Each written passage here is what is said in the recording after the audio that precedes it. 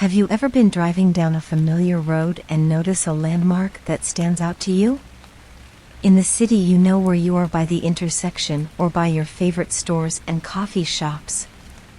However, things are a little different on country roads. When driving down an unnamed path, you rely on natural landmarks like a unique-looking tree or an old truck on the side of the road. For me, on the highway leading home, my marker was an old stone windmill. It had been standing there in a field on the side of the road since I was a small child. Not once in all those years did I ever see someone manning those fields.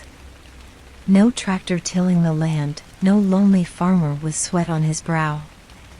I always assumed it was simply abandoned and never bothered to ask about it. Yet despite my lack of connection, I always noted the lone windmill every time I passed it. It was a strange enigma that baffles me to this day. The windmill became a subject of many rumors at my local elementary school. Stories and legends went around and around, each more over the top than the last. Some say it belonged to an old farmer who killed his family and then hung himself from the rafters. Another story was that the building was alive. If you ever witnessed the old and rusty blades make a full rotation, then someone you love would die. Eventually, the allure of the mystery became too much, so a group of my friends and I decided to see if the rumors were true. In the warm summer sunlight, we ventured forth because none of us would dare to come at night. Every step towards the stone structure filled us with a strange sense of dread. The wind was completely still, as if even God feared those blades moving. We entered the shadow of its looming structure, and even the August heat couldn't stop the chill from running down our spines. Just as I reached for the rotting door, a massive gust of wind blasted us, and we heard the groaning of the ancient blades turning. We all ran with our metaphorical tails hanging between our legs. As I entered adulthood and moved away from my country home, the windmill vanished from my thoughts and my memories. As real fears such as bills and building careers rose, the imagined fears of youth seemed meaningless. That was until my father took ill and I had to drive back to his country home to see him. Driving those old deserted roads was like traveling backwards in time. As pavement turned to dirt and streetlights turned to the cold light of the full moon, I felt like I was leaving my adult life behind. I was that little boy looking out the school bus window again. I felt joy and nostalgia blowing through me. That was until I saw my familiar landmark. Jutting out of the earth like a man-made mountain was the lone windmill. With its stone base and metal blades gleaming in the moonlight, it looked just as it always had. You would think that as an adult it might seem smaller somehow, but no, it still towered over me both figuratively and literally. 17 years it had been since I had laid eyes on it, yet the fear of it slipped over me like a familiar robe. Before I knew or understood what I was doing, I had pulled off to the side of the road and got out of my car. Questions whirled around and around in my brain.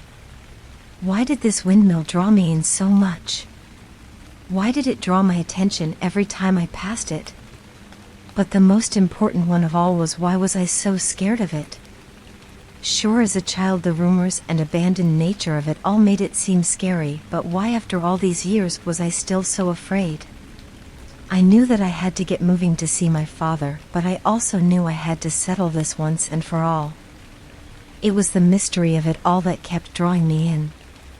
All I had to do was go inside and my fear would melt away. All I would find would be an old dusty windmill and some vacant cobwebs. Once I saw that I could move on with my life and close this silly chapter forever, I went back to my car and grabbed my emergency flashlight. With a determined nod, I made my way towards the dark shadow of the landmark. As I moved forward, I was brought back to that day as a child. I could feel that same dread sweeping over me. The idea of approaching this structure at night would have had 10-year-old me diving under the covers. However, I was no longer the cowardly child, but a full-grown man with an understanding of the world and what was real. If that was the case though, then why did I find myself shaking so much? I looked up at the stagnant blades against the light of the moon and dreaded them moving. I could feel my spine just waiting to tingle and shiver. I shook my head instead of my body and trudged forward. This would end now one way or another. I grasped the cold handle of the old wood door and pushed it open. A grating sound of the degraded hinges squeaking could have woken the dead. I felt my heart pounding despite my best efforts to be brave. Slowly but surely I lifted my flashlight to the doorframe, and with a sense of relief I saw exactly what I thought I would. There was old rotting floor covered in dust, and in the corner was a dirty web with a solitary spider sitting in the middle. I chuckled at my fear and moved to turn around to leave when I heard a loud creak. I almost dropped my flashlight in shock. Memories of running back to the road flooded my mind, and every instinct I had told me to do just that. However, I was not a child and would not resort to fear and irrationality. I turned back and began inching my way inside, praying that the rotting floorboards would withstand my weight. I placed my foot on the ground and heard it groan, but it held true. I let out a sigh of relief and began shining my light around the room.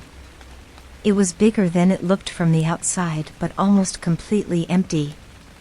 There wasn't so much as a rat roaming the floors. Then what the hell made that creaking noise? I asked myself. In answer, the sound rounded again from above me. Slowly I raised my flashlight until it fell upon a pair of dead and blank eyes staring back at me. My blood went cold, and again my instincts told me to run, but my legs would not move. Instead, I moved my arm up, illuminating a haggard face of an old man. My light continued up to his arms, which were splayed wide by 2 pieces of wood. His torso bore cuts which looked like runes engraved in his skin.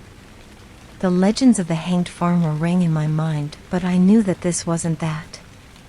That old man would be nothing but bones and dust by now, and yet this body was fresh, maybe a few weeks gone. I knew I had to call the police. This man's family deserved at least a little bit of peace. I lowered my light to grab my phone, but as I did I caught another foot hanging at the other end of the room. I shakily rose my arm to reveal the hanged corpse of a young woman.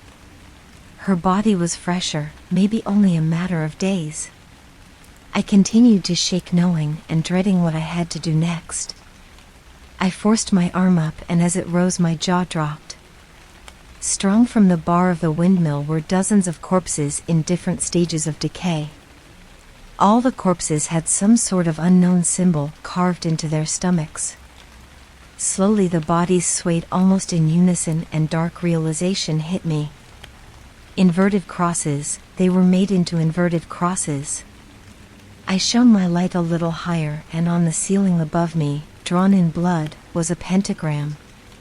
I could feel my roadside burger threatening to come up as the stench of death hit me. How I had not noticed the stench when I came in was beyond me. Maybe I hadn't wanted to smell it. It was in this moment that I discovered what terror was. Not some made-up childlike fear, not some adulthood anxiety, but true unadulterated terror. Every bone in my body turned to lead, my blood froze to ice, and my heart beat like pounding drum.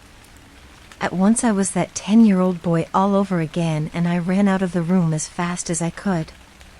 As I made it to the field outside, when I heard a sound that stopped me in my tracks.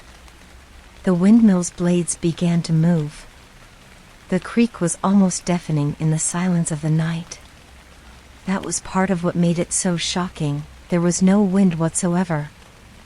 I found my heading turning on its own accord towards that rusty, grating noise. The blades slowly turned a full 360 degrees, and then stopped as if they had never moved. All rational thought had left my body, and all I wanted to do was get out of there. I jumped in my car and pelted down the dirt road as fast as my car would take me. Even after several minutes, I still found myself panicked.